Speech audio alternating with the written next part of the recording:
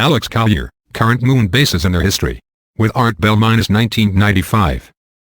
The far side. I'm going to show you some slides and we're going to really focus on the far side. The side that we don't see. We are also going to give you some information here, detailed information that has been passed down to me. And we are also going to share with you some interviews or brief recordings that I was able to get from the Art Bell show. Somehow he was able to get hold of all the transcripts from the Apollo astronauts. Their communications with each other on the moon, and with mission control in Houston. He hasn't said where he's got it. He doesn't know if he is going to actually let it out. But every couple of nights he gives out a little tidbit of information. And the two tidbits that I've been able to record are, well, you will just have to listen to them yourself. Listen to their language when we play the tapes because they are talking in code, yet some of the things that they say they can't talk in code. So you're going to hear some really interesting things, and I'm going to show you some really interesting things on the slides as well. Now as a favor to John, he asked me to plug 2 books for him. This one I don't know anything about. It's called Silent Invasions, and he says that it is really, really good. It's about a woman's experience in dealing with the Greys and abductions. So he highly recommends it. The other one I do know about, and it's called Pandora's Box. This is the unwritten history of the United States. In my personal opinion, based on the research that I have been exposed to and others who are researching the information in this book, this is one of the most important books in the past 50 years. It's incredibly documented, and this is stuff that you will not find in the history books. This is the unwritten history of the United States. Who owns it, where all the powers, to the corporations are that really form our society today. Just incredible documentation. It will make you mad as well. It will definitely make you mad. Next week's lecture will be Doomed Secret Colonies on Mars, and I'm really looking forward to that one as well. What I am going to do is that I am going to start with one of the tapes. There is 2, just a short 5, 6, 10 minutes maybe. This is Art Bell. Art Bell. I'm going to read something about it and you can decide for yourselves. I think some of it is clearly more suspicious than obviously was a rock or a glint or something like that. But I follow what you're saying and it is a worthwhile criticism. Color. So if there was a video with it we can see, especially when they were on the moon, then we can see. If we take them out of context, like assuming what we want to.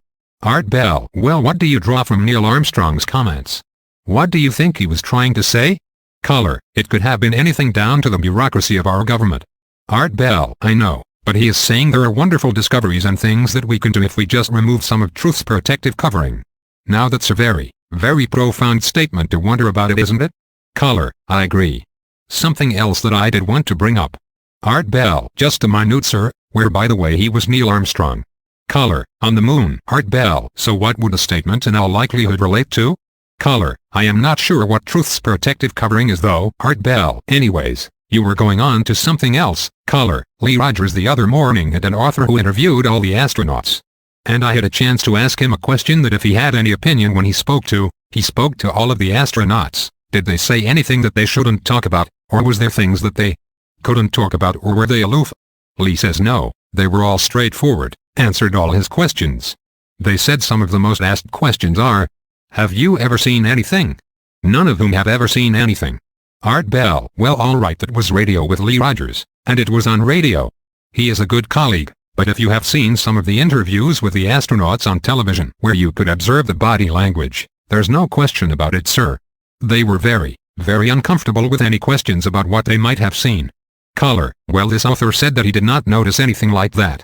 Art Bell. Well, this author was either being uninformed or disingenuous, because I've seen it myself. Color. Could be, and I have too. Art Bell. Well, there you are, you answered your own question, we both have seen it. They are asked this kind of question, and you see them on television, many of them are clearly uncomfortable. Clearly, so I don't know. Conclude what you will. Color. There is some of it that might make me think they saw other beings or something that they must have seen that you were talking about. Art Bell. Not that obvious, I mean not other beings. Color. Buildings maybe? Art Bell. I'll read you a little bit of it I guess. August 1st/1971, Scott. I see below a straight wall very well, a very fine pattern. Irvin. Just like graphite. Scott. Okay, why don't you call that building a trench? Would it be nice if you could do that at Station 8? Capcom. Okay troops, we'll be asking for a cesc from the bottom of the structure when. Garble. Irwin. Hey look at the white colored rock. It almost looks like a white vein on top of the other rocks. Scott. Yay, look at that. It's a dark red rock, but it actually looks like a pentangle, but with a small gray and white piece on top of it. The pentangle is 6 inches across and 4 or 5 inches high.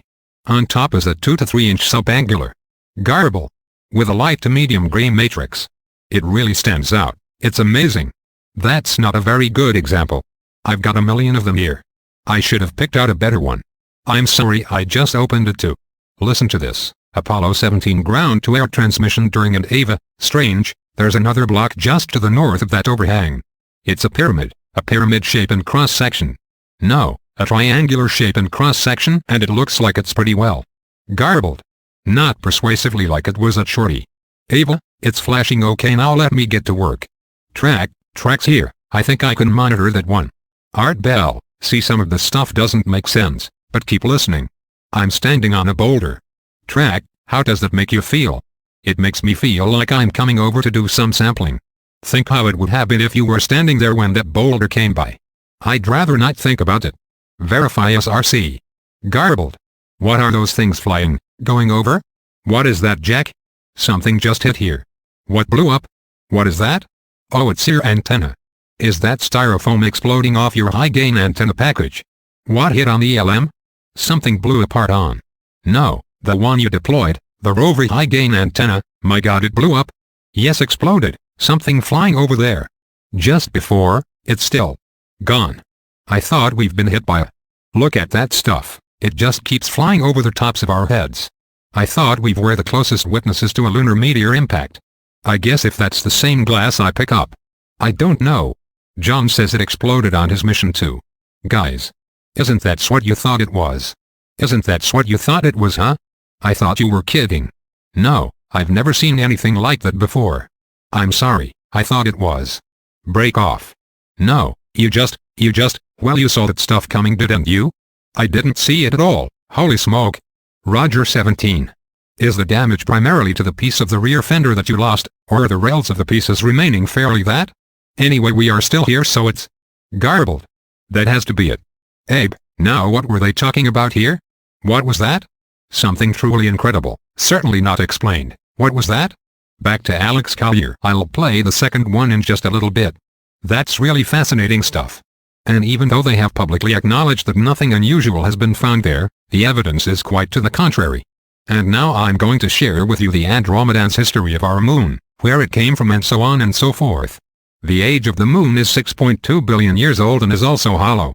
The moon's origin was originally in a constellation of Ursa Minor, that's in the Little Dipper. It came from the solar system called Chota. This solar system has 21 planets in it, of which our moon came from the 17th planet and was one of 4 moons that were circling that particular planet. It was an outpost for members of the Orion group as it lay on the outskirts of Ursa Minor. It was at one time inhabited by as many as 5 million of Orion's military.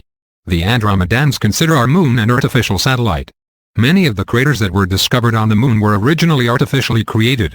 The craters were used as spacecraft hangars. Large craters were capable of housing 200 or more craft at a time. Now some of the craters on the moon are as much as 170 miles wide. The personnel consisted of reptilian, half human half gray, and half human half reptilian. The surface bases consisted of 9 domed cities, which would be equal to a small town or a small city. Vegetation was grown inside these domed structures. Small lakes or ponds were scattered along the surface. The remains of these domed structures were discovered via the NSA astronauts, the Russian and the Apollo astronauts. The NSA astronauts were there in 1958, they've been there ever since, as well as a secret portion of the Russian government called the Black Guard. The true military complex of this space, however, was underground. Entrances were at both poles, the Taurus Mountains, and Jules Verne crater, which is on the far side, and Archimedes, which is on the visible side to us. These were the original entrances. The Black government has created more openings and is currently expanding the underground complexes. The expansion is for the operations of private scientific and military agendas for the New World Order. The moon was purposely put into the tail of a planetary asteroid, which brought it across our galaxy to Earth. This was over 11,000 years ago. It did not come from the Earth as many surmise, because the moon is in fact older than our planet. The same asteroid circles our galaxy every 25,156 Earth years. Now when we talk about time, we are going to be using Earth years because extraterrestrials don't deal with linear time as we know it. The moon has been inhabited periodically in its history for 1.8 million Earth years. So many years there, and now it's being inhabited again. Many of the original structures on the surface of the moon were destroyed during the Black League Wars, which we will talk about at a later lecture. This was a battle fought by humans against the Orion Empire. Especially the last 100,000 years of a 600,000-year war after the Orion slaughter of human life in Lyra. The continuous destruction of the surface continued to occur while the moon was being transported here to our solar system by space debris. Upon arriving on the surface of the moon, the NSA astronauts in 1958 with their tour guides the Greys, were taken to the underground facilities where the remains and skeletons of reptilian-like beings and human beings and Orion technology were first discovered. This location has been identified by the Andromedans as underneath the crater designated or named Jules Verne. It's on the map and it's on the far side. It's in the southern hemisphere. In this underground facility hidden by the dark side of the moon is approximately the size of New York State. These underground facilities contain huge lakes, plant life of Earth, and alien form manufacturing equipment that was left there, food storage facilities and spacecraft hangars, which are now also being used and operated by human beings from Earth. Also alien writings have been witnessed on the walls of the hallways connecting some of the large compartments of the underground facility. Also discovered were 8 vaults that were sealed, but that information regarding their contents has not been disclosed to me. Artificial environments are being created all the time to house hand-picked personnel by the world government. The leader of this base has been given the title Mr. Secretary. The moon and now houses approximately 35,000 human beings from Earth, only Aryans by birth. According to the work that is being done underground to expand the facilities, the Andromedans foresee a population of approximately 600,000 at some time in our near future. Much UFO contact is taking place on the moon between non-benevolent and world order humans. The exploration of the moon was a joint operation between the Blackguard astronauts of Russia and the NSA astronauts. The English were later brought into the building of the lunar underground facilities primarily for financial funding. They needed money so they brought in the English. Most of the world's banks are controlled out of France and England and a small portion from Germany. Currently the World Order NSA has 53 Earth-built UFO-type craft stationed on the moon at all times. They were built here, a majority of them were built in the Nevada desert underground. Also other weapons are being built on the moon.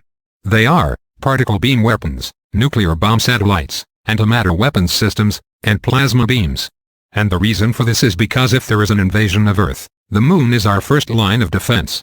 So therefore they are doing everything they can for whatever their reasons are to make sure that they are prepared, and they're building this technology there so nobody here knows anything about it.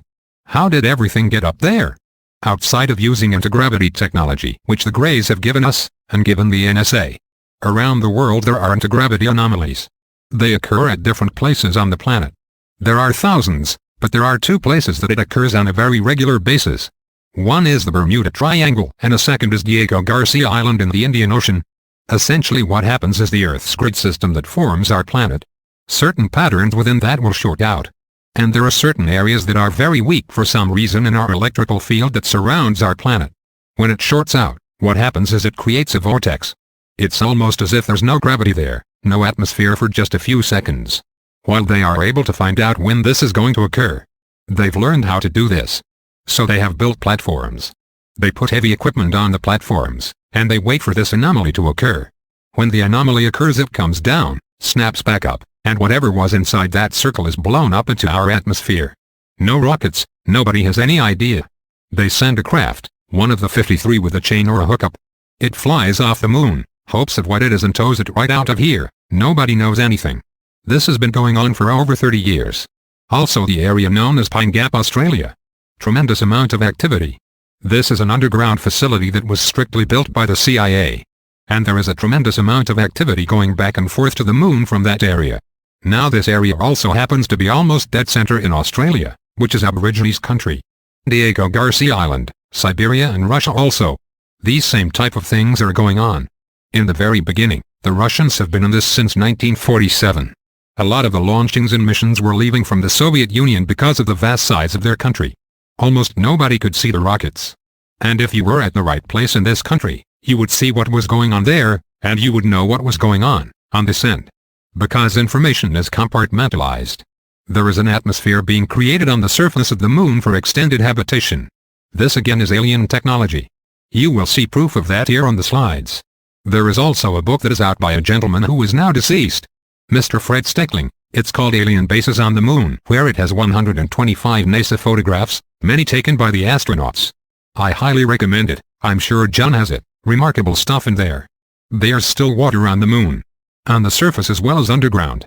There are lakes, there is vegetation now being grown. They are literally turning it into a habitable planet.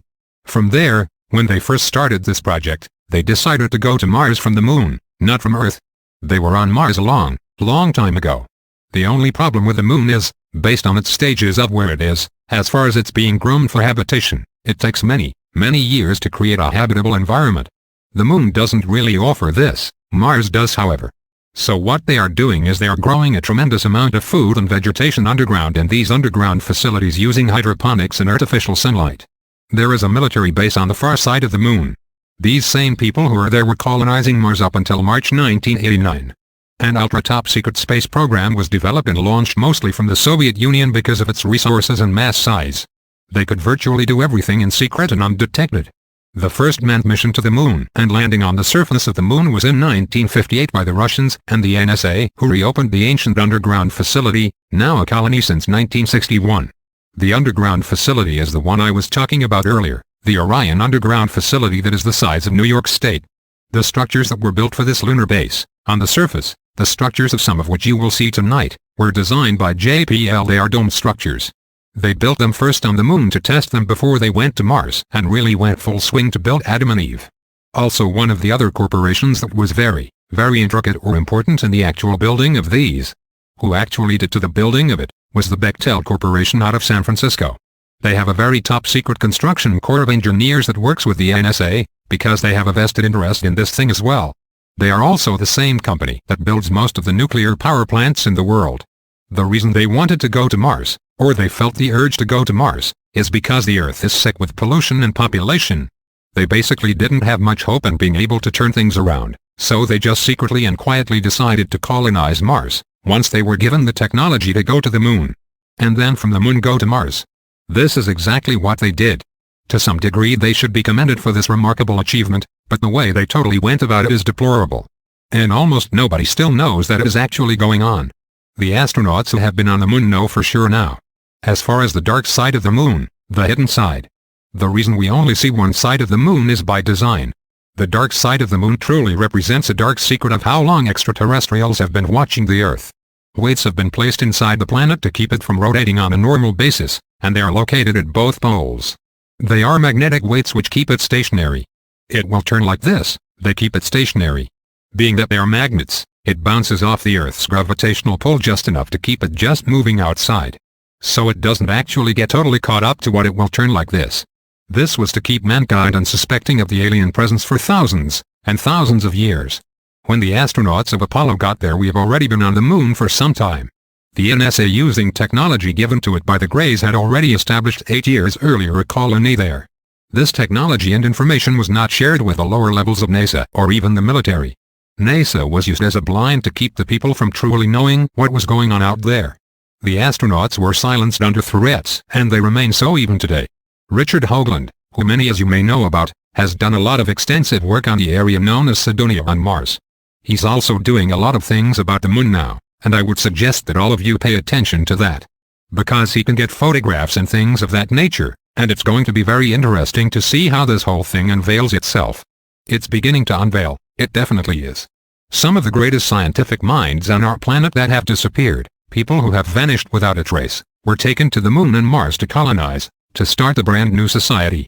We were talking about engineers, architects from every walk of life. What I am going to do now is I am going to play the second tape. This is the straight stuff. This is very interesting, this second half. And as soon as this ends, then we are going to start showing you the slides. Art Bell, I'll leave you a little from Apollo 16 here in a bit. How about that? I want to read you something now. I keep stopping myself from doing it, I don't know why. Here's Apollo 17, December 29, 1972, Jack, those frames that Ron mentioned, date he mentioned they were lighter gray rather than tannish gray. Coming up on it now. Coming up on the Goddard and Marginis.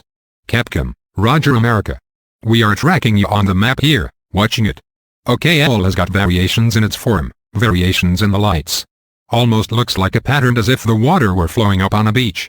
Not in great areas, but in small areas around on the southern side, and the part that looks like the water washing pattern is much lighter. I can't see any real source for it. The texture however looks about the same. Capcom, America.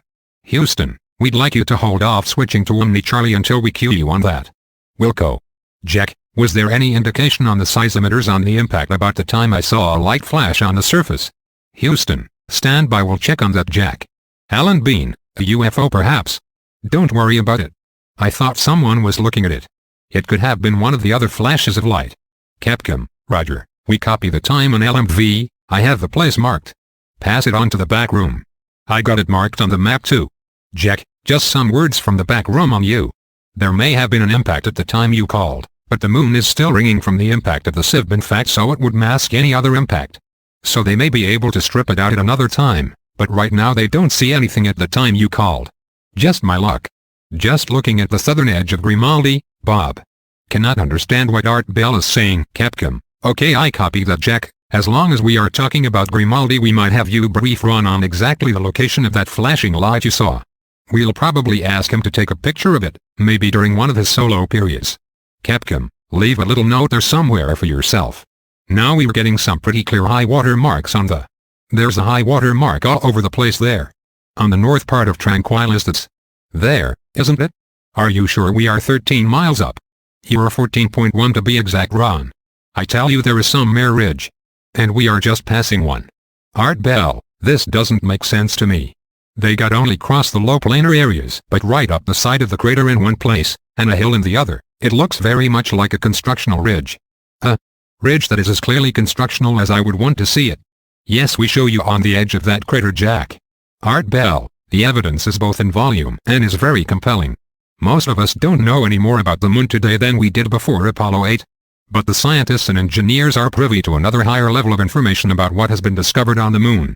Without benefit of the vast resources at the government's disposal, it's impossible for a layman to declassify and arrange the evidence in anything like its natural and proper order. So there they were saying they found something that clearly looked like construction. And I guess that was the upshot of those transmissions. They are very difficult to decipher as you read them because these are meant talking about things they're looking at and they see, but they are unable to describe properly in words. And then a lot of it is garbled too. I'm going to have to pick out the best ones. Back to Alex Collier. Let's do 5 minutes of questions. Does anybody have a question? Q. Do you have access, or does anyone have access to the stuff he is reading there? AC. I don't know of anybody yet. The transcripts that he was given were titled "Did our astronauts find evidence of aliens on the moon?" And apparently it's all the transcripts of all the missions. He's only read just a few. Apparently from what he's alluded to at other times without reading anything, all of them are full of this kind of stuff. Q. Who is this guy? AC. This is Art Bell. He is on a radio station. He does Dreamland on Sunday nights. I don't know where you would get it here, but in San Diego it's 600 AM. Q. Originally you said that the moon was brought here on purpose. Who did that? The Orions. AC. The Orions did that, yes. They were the very first to colonize the Earth. Q. And they did it for purposes of invasion? AC. No, at the time there was virtually nothing here. They did it as an outpost before leaving this particular galaxy to explore others. Because our solar system is at the very outskirts of our particular galaxy. And there are many, 23 galaxies in our known universe, and our little solar system is at the very outskirts of this one. We have many natural resources, we have plenty of water, so it made for a very good place to stop before embarking on another long mission to another galaxy. Q. But why bring the moon and why not use Earth for that? AC. To travel in. They like to travel in asteroids and not necessarily a lot of craft. What they do is hollow them out and they'll put themselves in it, and they'll use that as their craft. They don't have to build it, all they have to do is hollow it out. It's a lot cheaper, they use very few resources to do it. And once they put their anti-gravity machinery and other technology inside of it, you can turn anything into a ship. Q. Can they go faster than light? AC. I don't know. Q. Are the Andromedans on the moon now? AC. No, the Andromedans and the other benevolent forces that are sitting outside the outskirts of our solar system are just doing that. Sitting on the outskirts of the solar system. They do come in once in a while, but they are not making any move in here because they do not want to start a war. That was in 2 previous lectures that I was dealing with that whole issue there. It's a very touchy situation we have here. Okay, if there's no more questions, what we will do is we will start the slides. Now, these photographs that you are going to see, I got from a NASA book that they published in 1970. These are photographs at the lunar orbiter in August of 1966. It was part of these photographs that they used, my understanding is, to decide where some of the Apollo missions were going to land, so that they could check into things a little bit more. Q. Is this when they were still letting us out? They were still too dumb to know? AC. That's right. This is home. If any of you don't know what this is Earth. This is a picture of an astronaut. This is the LEM, the Lunar Exploration Module. The portion that actually did land on the moon carrying 2 astronauts. Now this is on the far side of the moon. I'll have to point out things to you. This is an unnamed crater that lies on the far side. It is 41 miles long and it has a cluster of domed structures sitting directly in the middle of it. They are very domed. This is not something that you normally find inside of a crater that's been hit with a velocity of a comet of nearly 50 million tons of TNT or 10 nuclear bombs. This is also on the dark side of the moon. All along this ridge and here, these are all ruins. This was all some kind of a structure when I pointed out. You can carefully see entrances to caves and openings all along this area here. You also have another dome structure here. Here are structures just tucked away. This looks very similar to a 3-point pyramid sitting inside of a crater. You will see other photographs later that clearly show what the. This particular area is called Mare Permiron, between the crater Vicente and Vitello. These here all along this area here are again ruins. This is one of the areas that the Apollo missions went to as well. This is also the same area, which Mr. Hoagland is focusing on, and he was able to get some other information and better photographs, to be quite honest with you. This is pretty much the same area. According to the Andromedans, underneath this area here there's a very active gray base, sitting underneath this area. Now you heard on the tape there where they saw a flashing light and they thought maybe it was a UFO or something. Houston actually asked them if it was a UFO when they supposedly don't exist. I want to point out a couple of things. Here is a pyramid, a 3-point pyramid just built alongside of a crater. And here is a light. A round cylinder and disc tucked away, and it really stands out in the photograph. I personally think that they missed it. You can clearly see it there. It's much brighter than anything else. This is also the far side. This is a lake. This is the crater. End of side 1. We've been taught that it is a dead planet, that it's arid, that it has no atmosphere, and yet there is a lake there. Q. Wouldn't the water sublime? AC. Normally it would, but as the Andromedans have been very candid to point out, they are creating an atmosphere here for habitation, so that whoever is here, the astronauts or the NSA. Q. How can you in a small area maintain a form of gravity as opposed to the whole area of the moon, whereas something like that might just float away? How would they be able to specify in a way now we are going to ground it and keep it in this area as opposed to having it just diminish? AC. Well, you would obviously have to create some kind of a grid pattern, a gravity area. The Greys themselves are 2,500 years ahead of us in technology, the Pleiadians 3,000, the Andromedans 4,700. Apparently they have this technology and they have shared it to a degree that they're actually doing this. There are other astronomers who have actually photographed clouds and cloud formations on the moon, which suggests there has to be an atmosphere. There has to be an atmosphere in order to have that. Here's another pyramid right here on the crater. And here's another light sitting inside of a crater. Now it could be that if this is an alien craft, they knew the orbiter was circling, coming over, so instead of being cocked in orbit they just tucked themselves away inside of a crater. This was another very large domed structure. This is the crater Astro-Eurus SP. There's a domed pyramid, basically what's left of it. It's obviously been bombarded and hit and damaged. There are some very regular structures here on both sides surrounding this area. Q. What do the pyramids represent? AC. The pyramids were used on planets to balance its wobble, its elliptical wobble. All planets, because of their hollowness, tend to wobble and not stay on their axis. By placing pyramids at strategic points like you would place weights on a tire. The weights that are placed on your tire to keep it from wobbling. This is exactly the same concept except that they would use stone pyramids. Q. So it's just the weight that balances that? AC. That's right, that's originally what they were constructed for. That's what they tell me. Q. There's nothing in them? There's no other uses? AC. That I don't know. They haven't offered that information. This is a wall, straight wall. No explanation for it whatsoever, it is just there. This is an earlier photograph. I want again to focus on the craft sitting inside the crater. Now this is an interesting shot. This is in Fred Steckling's book, Alien Bases on the Moon. Mr. Hoagland, really? This part of this gentleman. But if you were able to go to your library and see the NASA books with the photographs, look at this large tubular thing that is just sitting there hanging over the crater. It looks like a long cigar-shaped UFO or a mothership just laying on top of this area, hanging over the crater. Here is a piece of machinery. It is a mining machine, a tunnel machine. They are using them on Earth. They use them all underground. Here is one actually crossing a crater and it's leaving its trail, its markings. One of 3 companies which I talked about last week are making these kind of mining machines. One is the Robbins Company of Washington, and the other is a company called Jarva, out of Ohio. Unmarked crater on the far side of the moon. Here is a complex, like a small city, just sitting right out there. Q. Do they choose to put their little colony inside the craters because it protects them there in some way as opposed to on top? AC. Yes, and they're also very much undetected. With the telescopes and things getting more and more improved here, it's very difficult to make out what things are in craters as well. And also it protects them from solar winds. Cannot understand this comment. Here is another structure that is buried by something. I've been told that this is an artifact from the Orions, and underneath here was a structure that has been covered over by millions of years of dust, or hundreds of thousands of years of dust. Q. Who is the confirmation for these structures? AC. The Andromedans. Here's a crater that is actually being mined. You can see the double ring inside that. I asked, what's the possibility that another asteroid actually hit dead center of this one? They said you can't count that high. Here is another view. This is crater Copernicus. Another very large domed structure in a half crater. A 3-sided pyramid. You can see the structure here where it has obviously been broken, where it comes up on both sides. It looks like there's a platform all cut out.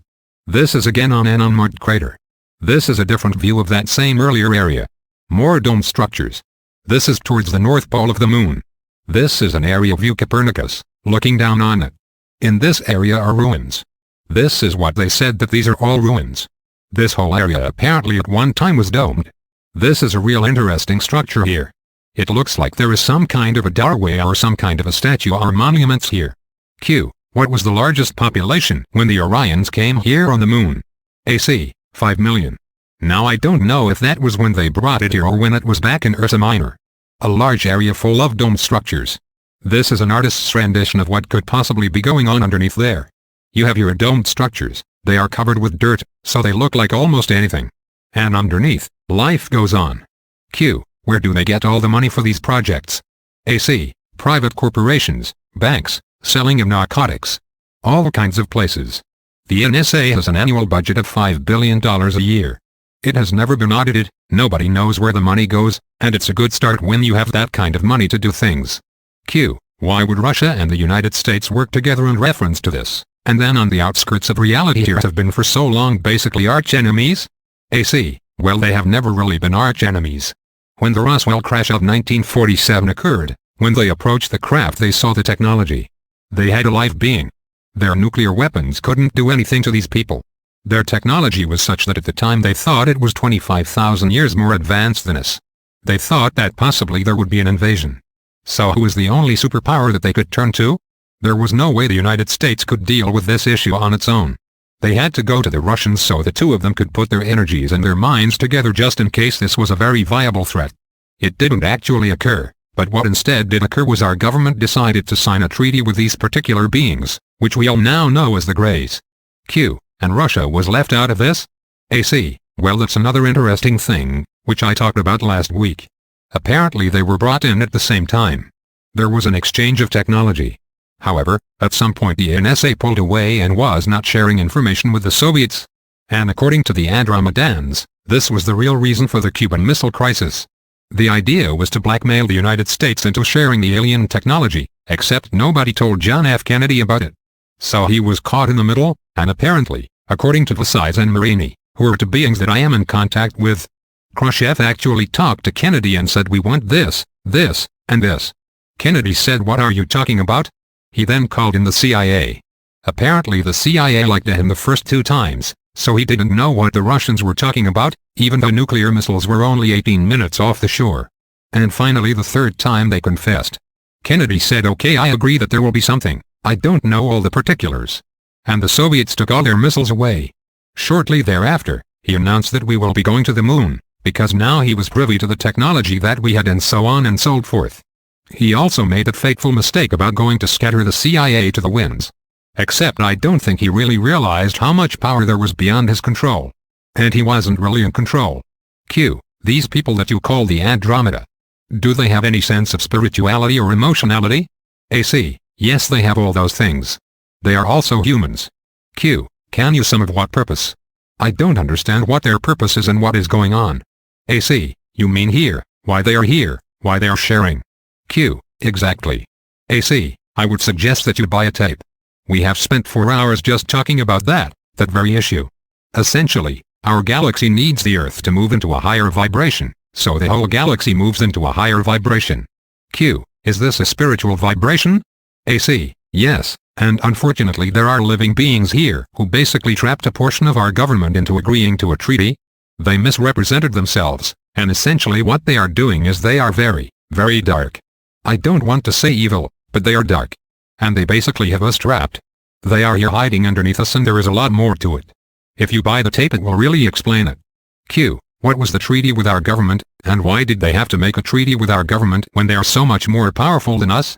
AC, well, there is a political body inside our galaxy, and apparently you just can't go and invade a planet. There are certain stipulations that they have to abide by, otherwise certain actions are taken against them.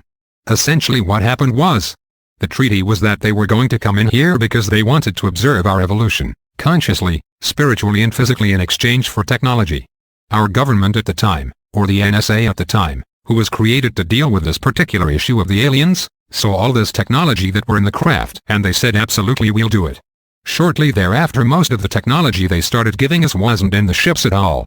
It was stuff that we really couldn't work. And over the process they have come out with a little bit more, but in return what they did was they weren't just observing us. They were abducting, they were doing genetic experiments, and were doing horrific other things that are going on daily. Not to mention that people are just literally vanishing off the planet. Q, so they've done that, according to their own rules without making a treaty with us. They needed to do that according to some other set of rules that they have to abide by before they can go ahead and start with abductions, even though we didn't understand that was what the treaty was. AC, that's exactly right. Q, so it's okay to make a treaty even if it is a dishonest treaty, they just have to have a treaty? AC, that is correct. Well, it is not correct, but that is what it turns out to be. It isn't right. The problem is they are 2,500 years technologically more advanced than us, we can't make them leave ourselves. We don't have the wherewithal to kick them out. We need help from the outside. The only problem is if help comes from the outside and we're not ready, there is going to be a real problem. You are going to have a collapse of social structures, belief systems, possibly a war. We are going to be right dab smack in the middle of it. There's a lot more to it, but in a nutshell that is what it is. We are right in the middle of it, they are right underneath us. Q, you have had contact with some form of these aliens. How does that come about? You said they were humanoid. Or are they human? AC, they are human. They have different color skin and they are very big. They are a little different but they are human. Q, how is it that they have that contact? How do they come to you? Are you the only one? AC, I am not the only one. Why it was me, I don't really know. But I am not the only one, there are 3 others. There is a total of 4. Q, do you have any photographs or recordings or anything within that? AC, those things, at a later date that information, those kinds of materials will be brought forward as we get them. Q, are you able to make contact with them when you want? AC, not always. Sometimes I have to put out a call and then I have to wait. It doesn't always happen on my schedule. There's a lot of things going on out there, a lot of things. On the outside of our solar systems there is a perimeter of Pleiadian motherships as well as other groups. What they are trying to do basically is to quarantine our solar system so that our situation does not get any worse. Q, is it possible for you to include other people when you make contact? AC, I don't know. It hasn't happened yet. Q, so you haven't sat down with a group of people and then tried to contact them so that everyone could share in your experience? AC, no, I have been very private about this. I have not shared it at all for a very, very long time. 29 years as a matter of fact. In fact, I am 2 years behind schedule. I was supposed to start talking 2 years ago and I just didn't want to deal with it. We went to several UFO lectures and everybody was so busy badmouthing and backstabbing everybody else that nobody could pay attention to the information, and I didn't want to deal with it. Q, is the NSA aware of your situation? AC, yes, they are very much aware. Q, are they aware of the information that you have? AC, I don't know, I hope not yet. Eventually it will occur, I am sure. Q, what are the Andromedans' views on the future of the moon? What is the next step as far as the aliens making bases? AC, they are going to continue, we are going to continue to arm the moon. They said that if it comes to an invasion, not necessarily an invasion, but if they are called in to assist, they will in fact do it. And also they have drawn up a plan, What they will do is what a tractor beam on our moon and just literally pull it from our atmosphere. Just pull it out away from us and deal with whoever is on there, out there. Not here, because in case it should have to go to war, and it should explode or be destroyed, the remnants of it won't hit us on the surface, which could concentrate pole shift because right now our Earth is at a very critical point. It's very sick ecologically, and it isn't getting any better. Q. You mentioned in the pole shift, about then shifting the Earth about 1 degree or something. What was the reason for that? What is their possible plan in doing that? AC. Alternative 4. The world government was colonizing Mars. They built a very huge base there. There were 300,000 human beings there, so I am told. Apparently it was invaded in March of 1989, the colonies there. There is now another race on Mars that is not benevolent or friendly to us at all. What happened was, the world government realized they no longer have a place to go because the Earth is really sick. And I'll say this again. According to the Andromedans, we have right now, if we don't stop polluting the oceans, killing the lakes and the streams, we have 41 years worth of oxygen left in our environment. Oxygen that will be able to sustain human life on the surface. So this world government, instead of putting its energies in trying to heal, they said we are going to colonize another place, create another society our way. This is exactly what they did. The fourth alternative that they have created, according to Versailles, was that now they cannot get to Mars, they have to do something with the Earth. And the quickest way to resolve all the pollution problems, the population problem, is to stage a controlled polar shift. Right now the Earth is tilting. The wobble is from 72 to 85 feet every 14 months and it's getting wider. In other words, the North Pole, like a top, wobbles. It doesn't stay in a straight circle, in a straight line. It is wobbling and it is getting more and more. That is because of the weight of the South Pole and Antarctica. Their idea was if they could put strategic nuclear weapons underneath the South Polar Cap and blow them in a series, they could cause the South Polar Cap to slip, which would cause the Earth to rotate 90 degrees on its axis. In 24 hours this would drown 83 to 85% of the population. There would be areas that are safe, but essentially you got rid of most of your problem. And they would come down from the moon in their spacecraft and say we are here to help you, and just start all over. Essentially it stops everything. There are no more cars, no more manufacturing, no more industries putting stuff in the air, there's nothing. It ends right there. You don't have to clean up anything. Or what you can do is sit up on the moon and wait for things to calm down. I don't know all the technical parts of this. They obviously thought this out a lot more than I have. But this is what they were thinking of doing. The Andromedans have said that there is no way that they would allow this to happen. This would indicate why they are arming the moon so much. Because they think that they are going to be able to deal with this when help comes. It's a complicated thing. It isn't easy for me to stand up here and say this. I wish it were. I would rather be selling insurance or something. Lecturing on something else, which I will probably end up doing. It's heavy. This is what's going on. Truth is stranger than fiction, and it all comes down to us. This is their message. It all comes down to us. This is our planet, we need to take responsibility. They say the first thing we need to do is to stop polluting the planet, because no matter what else happens, even if the Greys leave, we still have a problem, a very big problem. And that is we are not going to have a place to live. Q. Have they offered a solution on how we can stop polluting our planet? AC. They haven't offered any. I think we know what we need to do. It's just a question of doing it because it's right and not because it's profitable. Q. Couldn't they take some of the walk-ins and replace the whole council and change the whole political shift? AC. That's a really great idea. There has to be some kind of an agreement. Versailles has said, he just kind of slipped this out one day, that the groups that are at the highest levels in dealing with the Greys, the Orion group and the Syrians, the Andromedans, no longer consider them as human. They have so many implants that they are actually of the mentality and of the mind of the Greys. In other words, they are no longer individual consciousness, they are now group mind. They are a part of them, even though they are human. They don't consider them human anymore. And how high those levels go, I know what those humans are, but I do not know all the integral parts. Some of it isn't safe for me to know. They are very concerned about my safety just as I am. Q. Cannot understand this question, AC, but there are other walk-ins coming in. There will be a total of 134,000 here within 3 years. Apparently there are 72,000 here already. The Andromedans and the Council have a very strict law of non-intervention unless they are specifically asked. They have not been asked. So the only way that they can try to balance this is to use the walk-in process or the ascension process. Not everybody is a walk-in. Some people are actually pulling in their full consciousness, and they are humans, they are Earth, they are here. Therefore it bridges what it is that they need to do, and it doesn't violate the council directives of non-intervention. So it is an interesting situation. They are learning just as we are about to learn, big time. They wouldn't be going through the effort unless they felt that it was worth the. We are important.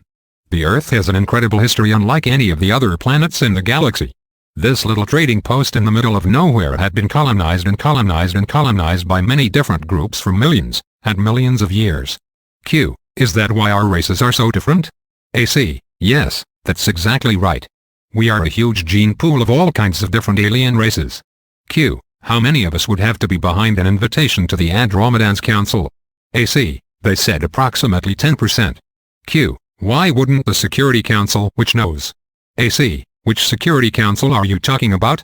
Q. The NSA, those guys that know what is happening all over. Why would they choose a path of possible self-destruction as opposed to aligning themselves to the Andromedans, which would protect us from this particular life form? I don't know. I don't know what their mindset is. I genuinely don't. According to the Andromedans, they're looking at a grassroots level now. They want the people to ask. They don't want to have to do anything with the governments here. They don't trust any of them, none of them whatsoever. Which is why all of this stuff is going on, and the government doesn't want to tell you because no matter what, they want to maintain power. It's the status quo, that's their bottom line. You know, we need to stay in power. The Andromedans support a one-world government as long as it is not a professional political body. Q. So they want people as a whole within the United States somehow mentally, emotionally, spiritually contact them too. AC. Not necessarily them, but just to come together as a group of minds on the planet, not just the United States. They don't see countries. They just see us as a planet and a race. They want us as a race to come together and ask for benevolent help. To rise above our everyday stuff and see what is really going on, and ask for help. Whether it is God, Jesus Christ, Krishna, Buddha, whoever it is that you want to ask, as long as you ask, sincerely ask. That's what they are looking for. Most people aren't in that space. I really go in depth on it in the last 2 lectures, folks. Thank you very much for coming.